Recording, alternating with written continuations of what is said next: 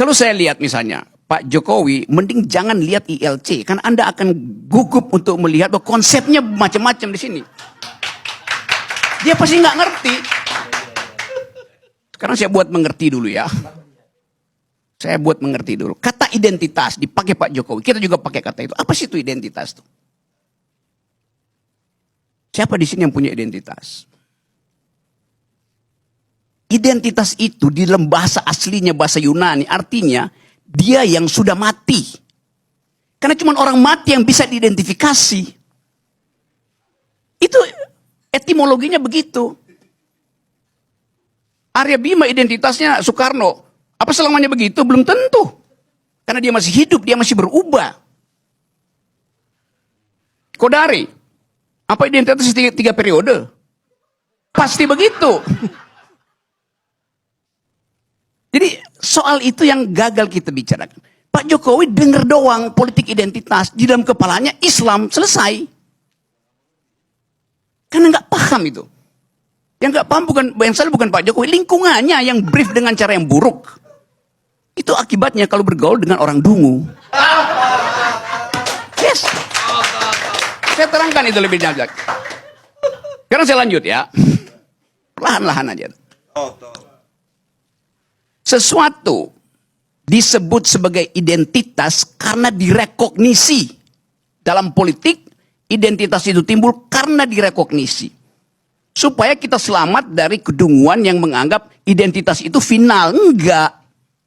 Identitas itu ada kalau orangnya final, artinya udah mati dia. Baru kita tahu identitasnya tuh.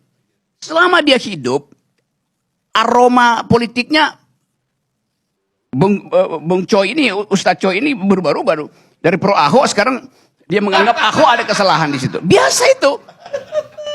Pro Anies sekarang. Biasa aja. Kok dari pro Prabowo sekarang masih pro Prabowo. Jadi secara ensiklopedi kata identitas itu hanya mungkin terjadi kalau orangnya udah mati. Itu intinya.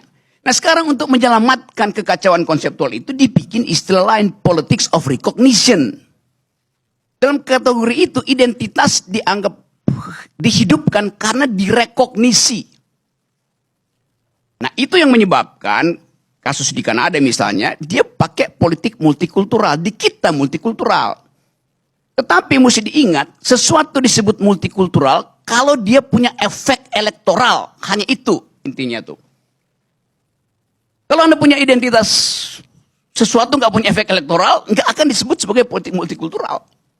Baca Wilkim Lika, baca Charles Taylor segala macam tuh. Itu pentingnya baca, jangan kerja aja.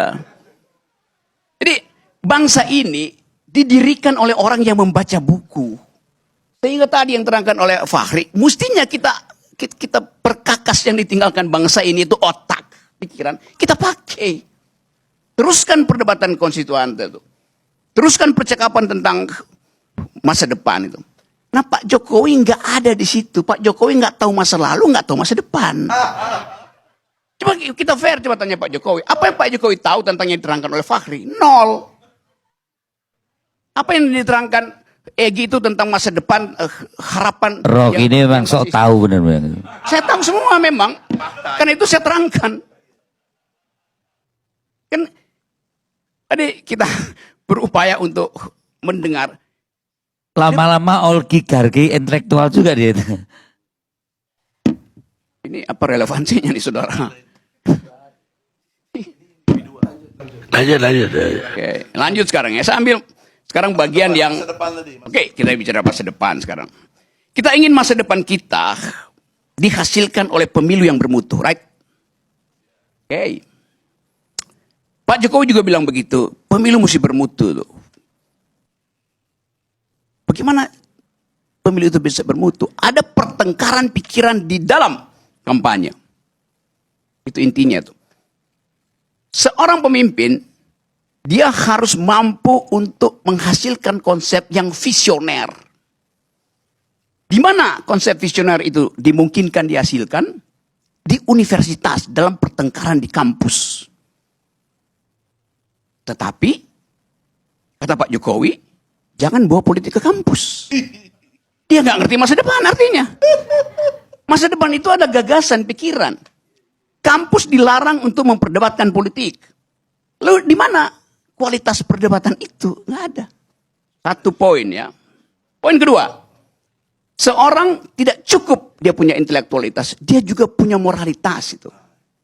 Di mana bagian itu diuji? Di rumah ibadah. Tapi nggak boleh menguji presiden di rumah ibadah. Jadi Pak Jokowi mau bilang pemimpin ke depan itu nggak perlu intelektualitas, nggak perlu moralitas, cukup elektabilitas. Nah, itu urusannya Kodari. Survei aja. Jadi kita mensurvei sesuatu yang pemimpin kita hasil survei, bukan hasil pertengkaran akademis, bukan hasil moral clarity. Karena di tempat di mana pertengkaran pikiran harusnya diwujudkan, justru dilarang, yaitu kampus. Di tempat di mana moralitas diuji, justru dilarang, yaitu masjid, gereja, rumah ibadah. Di mana otaknya? Jadi dari awal kita tahu bahwa pemilu pasti nggak bermutu. Poin terakhir. 75 hari kampanye. Salah. 4,5 hari kampanyenya. 17 partai ingin membuktikan visinya itu masuk akal. Selama 70 hari. 70 bagi 17, 4,5 hari. Apa yang mau diharapkan dari pertukaran pikiran selama 4,5 hari? Yang diharapkan adalah amplop. Rakyat nunggu amplop.